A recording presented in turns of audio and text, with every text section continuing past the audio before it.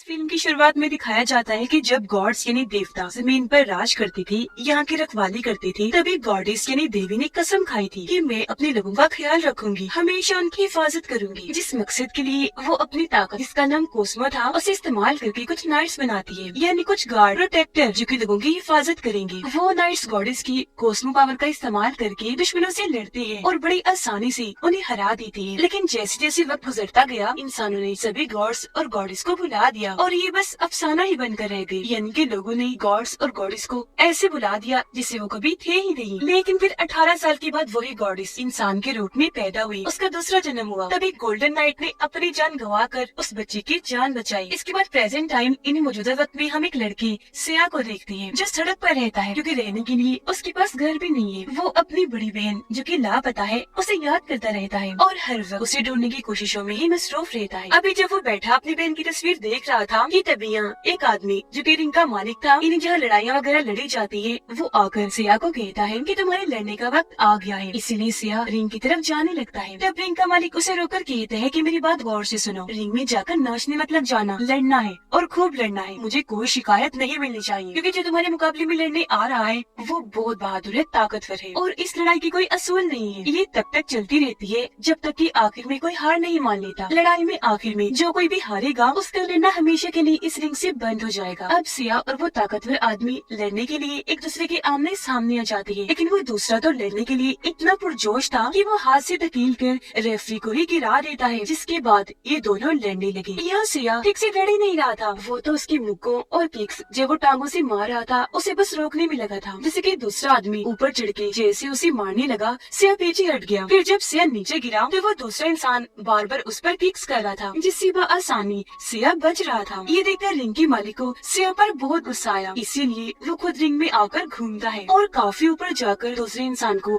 एक जोरदार किक मारता है, जिससे वो दूर जाके गिरता है। और अब बारी थी सिया की। उसे देखकर सिया पीछे हटने लगता है। तब रिंग का मालिक उसे पकड़कर गर्दन पर कई बार मुक्के मारता है, फिर उठकर जोरदार किक मारता है, जिससे सिया दूर जाके गिरता है। अब सिया जैसे उस पर वार करने आया, रिंग के मालिक ने उसे बच्चों की तरह पकड़ के दूर उठा के मारा। उसे इस तरह मार कर रिंग का मालिक सजा दे रहा था कि तुमने अपने बॉस की बात नहीं मानी, हालांकि मैंने तुम्हें लड़ने को कहा था। फिर जाली के साथ लगाकर उसे बार बार मुक्के मारता है, कहने लगा सिया लड़ो मुझसे, लड़ो, मैंने तुम्हें कहा था कि उससे लड़ना है पर तुम नहीं लड़े, तो अब लड़ो, यहाँ मुझसे लड़ो। लेकिन सिया में इतनी हिम्मत नहीं थी कि वो लड़ पाता, क्योंकि जख्मी हो गया था। इसे देखकर वहाँ के लोग रिंग के मालिक के लिए नारे लगाने लगते हैं। अब सिया यहाँ होश में आने की कोशिश करने लगा, जहाँ तभी उसे अपनी बहन का ख्याल आने लगा। वो जैसे ख्याल से बाहर आया, उसकी हालत अजीब सी हो गई, जिसके साथ ही उसके जिस्म से बहुत सारी कोस्मो पावर बाहर निकलने लगी, जिसकी ताकत इतनी थी कि रिंग का मालिक दूर जाके गिरता है। अब रिंग का मालिक तो दोबारा खड़ा हो जाता है, पर सिया नहीं हो पाता, जिस वजह से रिंग के मालिक को चैंपियन कह दिया जाता है, यानी कि इस लड़ाई को वो जीत गया है। लेकिन तभी सिया उठता है, एक जोरदार किक उसे मारता है, जिससे वो काफी दूर जाके गिरता है। ऐसा करने के बाद वो यहाँ से भाग जाता है। सिया अब जाता है लॉकर रूम में, जहाँ सब लोगों के सामान पड़े थे। वो अपना सामान पैक करके यहाँ से जाने ही वाला था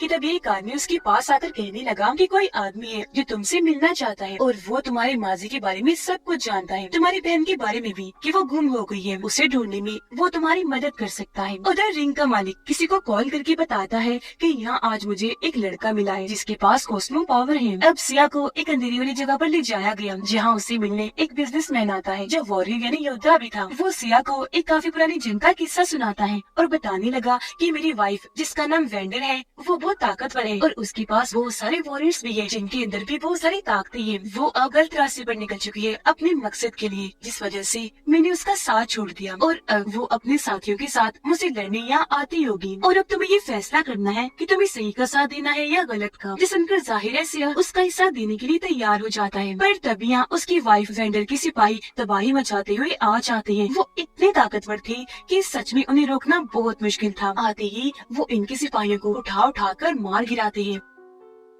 हालांकि ये लोग भी उनका सामना करते हैं, उन्हें रोकने की कोशिश की जाती है, पर वो बहुत ताकतवर थी। सब सिपाहियों को ढेर करने के बाद अब वो सिया और उस वॉरियर वेंडर के हस्बैंड के पीछे पड़ जाती है। तो वो तुरंत जल्दी से अपनी जान बचाने के लिए वहाँ से भाग गई। वेंडर की सिपाही उनका पीछे कर रही थी, लेकिन तभी सामने से एक आदमी जो पायलट था वो आकर इनकी जान बचाता है। जो सिपाही इनके पीछे पड़े थे वो उनको शूट करके इन्हें गाड़ी में बिठा लेता है और ये लोग यहाँ से निकलने लगते हैं। अब इन्हें लग रहा था कि हम बच गए, लेकिन दुश्मन अभी भी इनके पीछे पड़े हुए थे। पर लगातार बॉम्ब गोलीबारी की जा रही थी, लेकिन जब इनसे कुछ नहीं होता तो इन लोगों पर मिसाइल्स का हमला किया जाता है इनको रोकने के लिए, ताकि सिया को पकड़ा जा सके, क्योंकि इन दुश्मन लोगों का टारगेट वही था। उसे पकड़ने की वजह ये थी कि उस दिन कॉस्मो पावर को उसके अंदर से निकलती देखा गया। अब ये लोग बचते बचाते एक सुरंग में आ जाते हैं, जहाँ जाने से रोकने के लिए भी इन पर गोलीबारी की जाती है, बड़े से मिसाइल से हमला किया जाता है, लेकिन ये जैसी तैसी वहाँ से बच निकलते हैं। अब सिया को कुछ समझ नहीं आ रही थी कि यहाँ क्या हो रहा है। उसे जानना था, इसीलिए वो इस बारे में वेंडर के हस्बैंड से पूछता है। तो वो अपने पायलट साथी को कहता है कि इस लड़के को बेहोश कर दो। जैसे सिया को बेहोश किया जाता है, उसे ख्याल आया जिसमें वो अपनी बहन को देखता है कि जब सिया छोटा बच्चा था तब उसकी बहन उसे अलमारी में छुपा रही होती है और उसे कहती है कि कुछ भी हो जाए यहाँ से बाहर मत निकलना। वो जैसे अलमारी का दरवाजा बंद करने लगी, वहाँ धमाका हुआ और अलमारी का दरवाजा झटके से खुद ही बंद हो गया, जिसके बाद बहुत सारे सिपाही अंदर आए। उनके पास बहुत सारे बॉम्ब्स थे और वो सिया की बहन को पकड़कर अपने साथ ले जाते हैं। यहाँ सिया ने वेंडर को भी देख लिया था और अब उसे जैसे होश आई,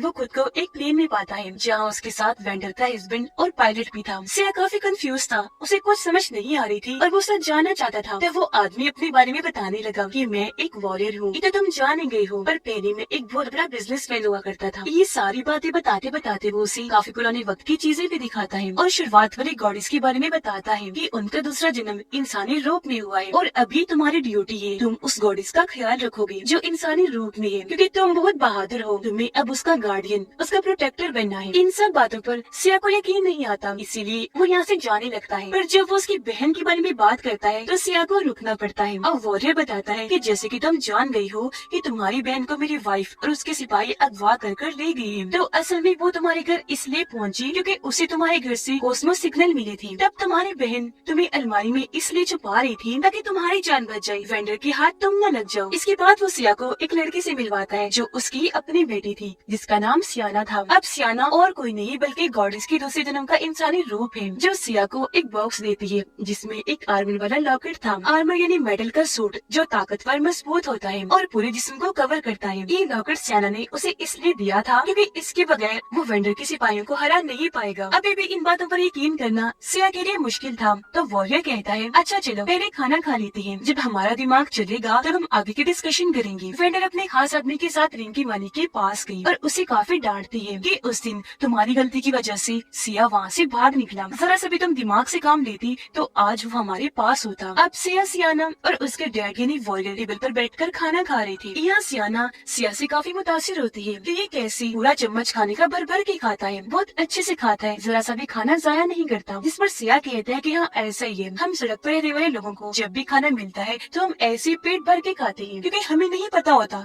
कि अगली बार खाना कब मिलेगा। तब यहाँ पायलट आ गया जो वॉरियर को किसी काम से बाहर ले जाता है और सिया और सियाना बात करने लगती है। सिया उसे पूछता है हाँ बताओ तुम कैसा महसूस कर रही हो, क्योंकि तुम तो एक गॉडेस हो ना। इस पर वो कहती है कि नहीं फिलहाल मैं नहीं हूँ, लेकिन वक्त आने पर मैं गॉडेस बन जाऊंगी। मगर ये बात मुझे बहुत परेशान करती है। वो ये बातें बता ही रही थी कि तभी उसकी हालत खराब होने लगी क्योंकि उसकी पावर कंट्रोल से बाहर हो रही थी। उसके अंदर से भी पर्पल रंग की कॉस्मो पावर निकलने लगती है और आसपास का सब कुछ काला पड़ जाता है। वहाँ अंधेरा छा गया जिसमें इस तरह के बदलाव होने से सियाना को बहुत तकलीफ हो रही थी। इतनी ही देर में सियाना के डैड पायलट और कुछ सिपाही अंदर आए। सिपाही उसकी ताकत को बर्दाश्त नहीं कर पाए, दूर दूर जाके गिरते हैं।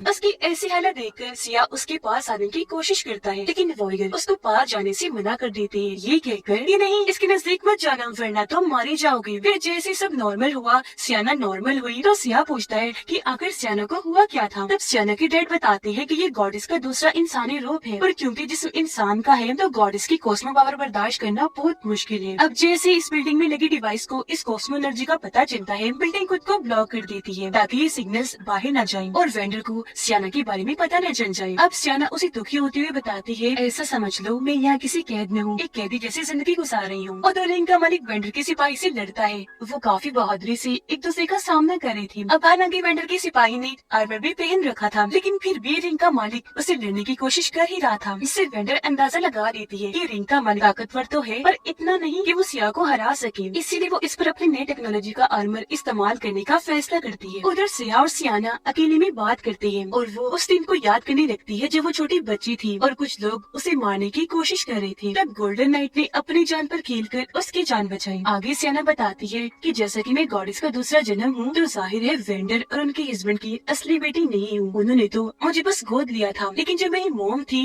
वो तो हर वक्त अपने मकसद को पाने के लिए अपने टेक्नोलॉजी में लगी रही, जबकि उनके हस्बैंड ने सारी जिंदगी बाप बनकर मेरा ख्याल रखा। यह सिया बताता है कि मेरी बहन भी बहुत बहादुर है, वो हमेशा मेरा ख्याल रखती थी। इसके बाद ये दोनों अपने अपने ख्यालों के बारे में भी बात करते हैं जो इनको आया करते थे, जिसके बाद सिया फैसला करता है कि एक अच्छा नाइट बनने के लिए अब मैं सिल्वर नाइट से ट्रेनिंग लूंगा। इससे मैं अपने कॉस्मो पावर को भी समझ लूंगा और अपनी बहन को भी ढूंढ लूंगा। रात में वेंडर का खास आदमी उसे पूछता है कि आखिर आपने नई टेक्नोलॉजी का इस्तेमाल करने का फैसला क्यों किया और वो भी इनके मालिक पर। तो वेंडर जवाब देती है कि हाँ, ये टेक्नोलॉजी इस्तेमाल करना जरूरी है, क्योंकि इसके बगैर हम सिया को न ढूंढ पाएंगे और न ही लड़ पाएंगे। इसी के जरिए हमें पता लग सकता है कि वो लोग कहाँ हैं, और क्योंकि ये काम रिस्की है इसलिए मैंने रिंग के मालिक को चुना। अगली सुबह सिया अपनी ट्रेनिंग के लिए निकलने वाला होता है, जहाँ सियाना उसे बहुत सारा खाना देती है। इस दौरान दोनों एक दूसरे को बड़ी गौर से देखते हैं। ऐसा लग रहा था कि दोनों को प्यार हो गया है। तो जब सिया प्लेन में आकर बैठता है तो पायलट उसे समझाता है कि ज्यादा उम्मीदें मत लगाना, कुछ हासिल नहीं होगा, क्योंकि गॉडेस का कोई दोस्त नहीं होता, वो किसी से प्यार नहीं कर सकती। इससे सियाना के डैड को भी काफी हैरानी होती है, इसीलिए वो उसे पूछती है कि बेटा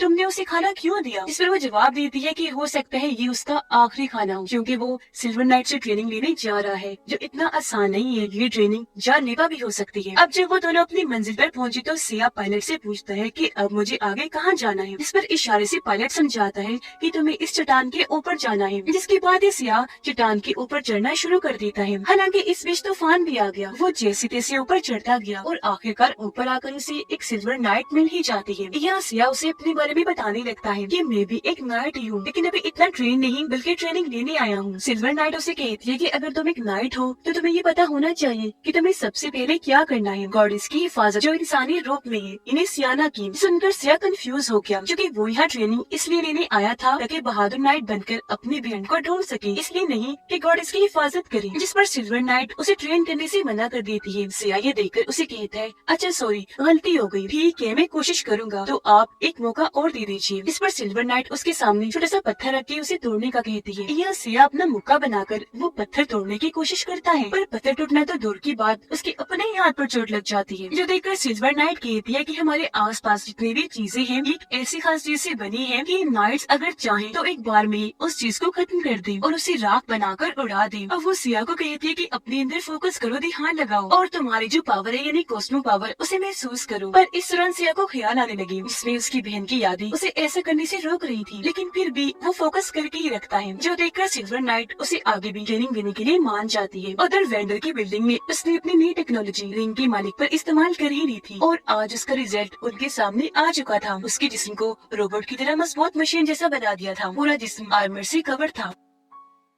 अपना ही नया जिस्म पाकर रिंग का मालिक बहुत खुश था। अपनी ताकत आजमाने के लिए वो सिपाहियों से लड़ने लगा। जी हाँ, वो सिपाहियों को तो आराम से हरा पा रहा था, लेकिन जब उसने अपनी ताकत वेंडर पर आजमाना चाहिए तो वो कुछ भी नहीं था उसके सामने। ट्रेनिंग में सिया लड़ने की बहुत कोशिश करता है, पर सिल्वर नाइट उसे बड़ी आसानी से बार बार हराती रहती है। वो एक भी बार खुद पर चलने नहीं देती, सिया को उठाकर दूर दूर फेंक के मारती है, यहाँ तक कि वो उसे लड़ती लड़ती हवा में भी ले गई और अपनी ताकत से सारे पत्थरों को हवा में उठाकर वहाँ ही रोक देती है। फिर सिया को नीचे लाकर समझाती है कि कॉस्मिक पावर ही तुम्हारी ताकत है, जिससे तुम्हें बाहर आने देना होगा, और अगर तुम दुनिया में जिंदा रहना चाहते हो और आगे चलकर जंग भी लड़ना चाहते हो तो तुम्हें अपनी ताकत को पहचान कर जंग में इस्तेमाल करना होगा। सियाना एक सपना देखती है कि उसके अंदर से बहुत सारी कॉस्मो पावर बाहर निकल रही है, जो उसके कंट्रोल से इतने बाहर हो गई है कि उसकी वजह से दुनिया तबाह होने लगी है। इस सपने से वो बहुत डर गई, जोर जोर से चिल्लाने लगती है। तब उसकी डैड जल्दी से आकर उसे संभालती है और उससे पूछने लगी कि क्या हुआ बेटा। इस पर वो बताती है कि डैड, मैंने बहुत बुरा सपना देखा, इसमें पूरी दुनिया जल रही है, तबाह हो रही है, और ये करने वाला और कोई नहीं बल्कि गॉडेस थी। उधर सिया पर सिल्वर नाइट की बात असर कर गई थी और अब वो बहुत बहादुरी से लड़ रहा था। दिन ब दिन उसकी ट्रेनिंग बेहतर होती जा रही थी। इस दौरान उसे बार बार उसकी बहन का ख्याल भी आता है, जो उसे यही कहती है कि मेरे भाई, मैं हमेशा तुम्हारे साथ हूँ और हर अच्छे बुरे वक्त में मैं तुम्हारी हिफाजत करूंगी। रात को जब दोनों बातें कर रही थी तो सिल्वर नाइट सिया को कहती है कि मैं जानती हूँ तुम्हारा माजी बहुत तकलीफ दे है, दर्दनाक गुजरा, पर फिलहाल तुम्हें उसे भूलना होगा और जो आने वाला तुम्हारा वक्त है उसके लिए तैयार रहो। अगली सुबह दोबारा से ट्रेनिंग शुरू हुई, जहाँ सिया बहुत अच्छे से अपनी परफॉर्मेंस दिखा रहा था। दिन ब दिन उसके अंदर बहुत ज्यादा बेहतरी आ गई थी और फिर आखिरकार वो वक्त आ ही जाता है जब वो सिल्वर नाइट को बड़ी आसानी से हरा देता है, क्योंकि उसने जैसे मुक्का मारा वो दूर जाके गिरती है, जिससे सिया को बहुत खुशी मिलती है। जिसके बाद वो पत्थर को भी एक झटके में बआसानी तोड़ देता है। अब हर रोज वो इतनी मेहनत करता है कि आखिरकार अपनी कॉस्मो पावर पर कंट्रोल हासिल कर ही लेता है। ऐसा होते ही वो अपने से भी बड़ा पत्थर सामने रख के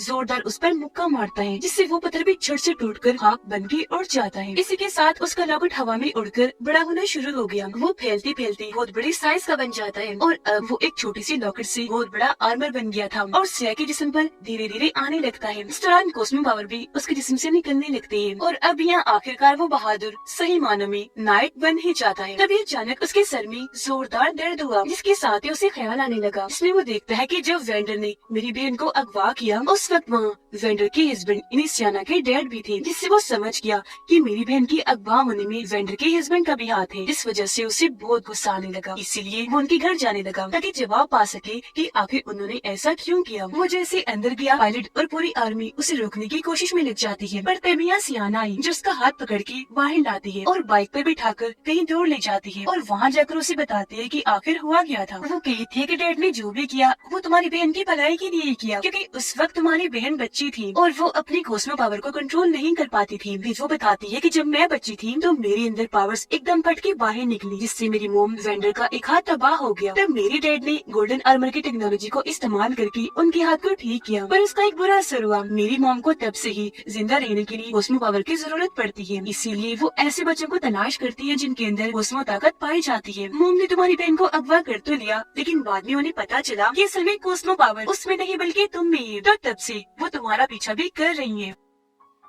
अब हालांकि ये बात सामने आ गई थी कि तुम्हारी बहन में कॉस्मो पावर नहीं है, पर उसे छोड़ने की बजाय अपनी हिफाजत में रखा गया क्योंकि उसकी जान को खतरा था। दरअसल सबको लग रहा था कि वो कुछ छुपा रही है और वो जो छुपा रही थी वो और कुछ नहीं बल्कि तुम थे सिया। अब मेरी मोम को पता चल गया था कि गॉडेस का दूसरा जन्म हो गया है, इसलिए मेरे डैड ने कैद किए गए सभी बच्चों को आजाद कर दिया। इसमें तुम्हारी बहन भी शामिल है, क्योंकि वो जानते थे कि गॉडेस की जो कॉस्मो पावर है वो मेरी मोम के लिए काफी होगी। पायलट आकर सियाना के डैड को बताता है कि आपकी वाइफ वेंडर अपनी पूरी फौज लेकर हमारी तरफ आ रही है। तब वो कहती है कि मैं अकेला यहाँ रुकूंगा, बाकी सब लोग चले जाएं। सियाना से कहती है कि मुझसे वादा करो, अगर मैंने अपना कंट्रोल खो दिया तो तुम मुझे रोकोगी। वो ये बातें कर ही रही थी कि तभी और वेंडर की जहाज आने लगती है, इसीलिए इन्हें यहाँ से भागना पड़ता है। पर सियाना अपने डैड को अकेला छोड़ के जाना नहीं चाहती थी, इसलिए वो वापस अपने घर जाने लगी, जहाँ पर एक धमाका हुआ और वेंडर के सिपाही अंदर घुसना शुरू हो जाते हैं। आते ही वो यहाँ के सभी गार्ड्स पर आसानी से हमला करके उन्हें मार गिराती है और उनकी पूरी सिक्योरिटी को ही तोड़ के रख देती है। पायलट जब प्लेन की तरफ बढ़ने लगा कि तभी उसके सामने भी सिपाही आकर उसे रोकने लगते हैं और यहाँ इनके बीच भी खतरनाक लड़ाई होने लगती है। वेंडर यहाँ आकर अपने हस्बैंड से मिलती है और जब भी दोनों अपने माजी के बारे में बात कर रहे थे कि तभी यहाँ सिया और सियाना आ जाते हैं। अब रिंग का मालिक जो रोबोटिक था वो आकर वेंडर के हस्बैंड से लड़ने लगता है। हालांकि वो भी उसका सामना करती है, लेकिन क्योंकि वो बहुत ताकतवर था इसलिए बड़ी आसानी से उन्हें हरा देता है। वो भाग कर आया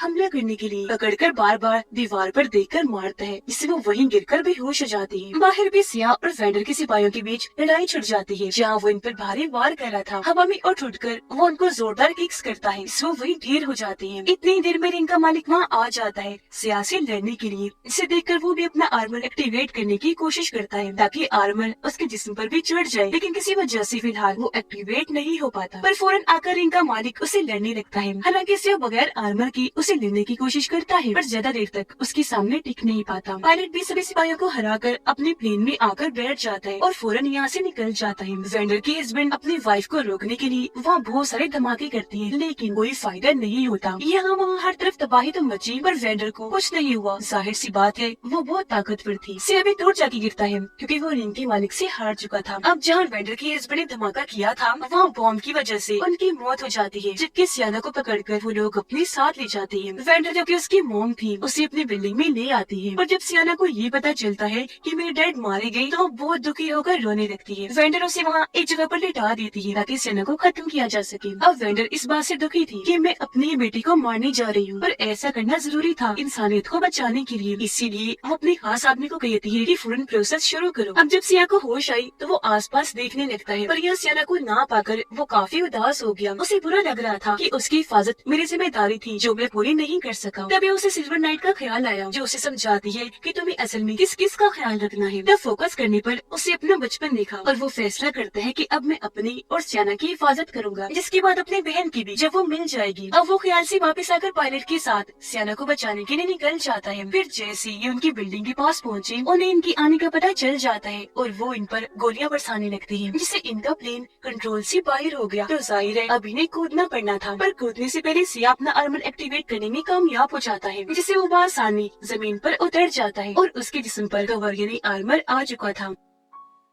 अब बहादुर नाइट बनकर वो सब करता है जो उसे करना चाहिए था। उसे देखते ही सिपाही मारने के लिए आगे बढ़े और वो बड़ी आसानी से सभी को मार गिराता है। एक ही साथ में वो 2 सिपाहियों को ढेर कर देता है, जिसके बाद उसकी लड़ाई हुई रिंग के मालिक के साथ। वो उसे इतना बुरा मारता है कि उसके जिस्म की बहुत सारे हिस्से खराब करके रख देता है। फिर उसे नीचे गिरा के मारता है, जिससे वो इस लड़ाई में हार गया। और अब जैसे सियाना को मारने का प्रोसेस शुरू हुआ, वेंडर को लगता है कि ये मैं गलत कर रही हूँ, इसीलिए वो अपने आदमी को कहती है कि जल्दी से इस प्रोसेस को बंद करे, लेकिन वो इस चीज के लिए साफ साफ मना कर देता है। तब वेंडर अपने सिपाहियों को हुक्म देती है कि इसे रोको, पर उसका साथी यहाँ अपना असली रूप सामने लाता है। रूप बदलकर वो एक नाइट बन जाता है, क्योंकि उसके जिस्म पर भी आर्मर आ चुका था। वो अपने सामने आने वाले सिपाहियों को एक ही झटके में अपनी ताकत से मार गिराता है। पता चला कि वो पहले अच्छा हुआ करता था और बहुत पावरफुल भी, लेकिन बाद में शैतानों ने उसे कमजोर कर दिया। इसके बाद वो बड़ी आसानी से बाकी सोल्जर्स को भी मार गिराता है। उसे देखकर वेंडर अपनी पावर्स को एक्टिवेट करने की कोशिश करती है और उसका सामना करने के लिए आगे बढ़ती है, पर वो उसे उठाकर दूर फेंक के मारता है, क्योंकि उसकी ताकतों के आगे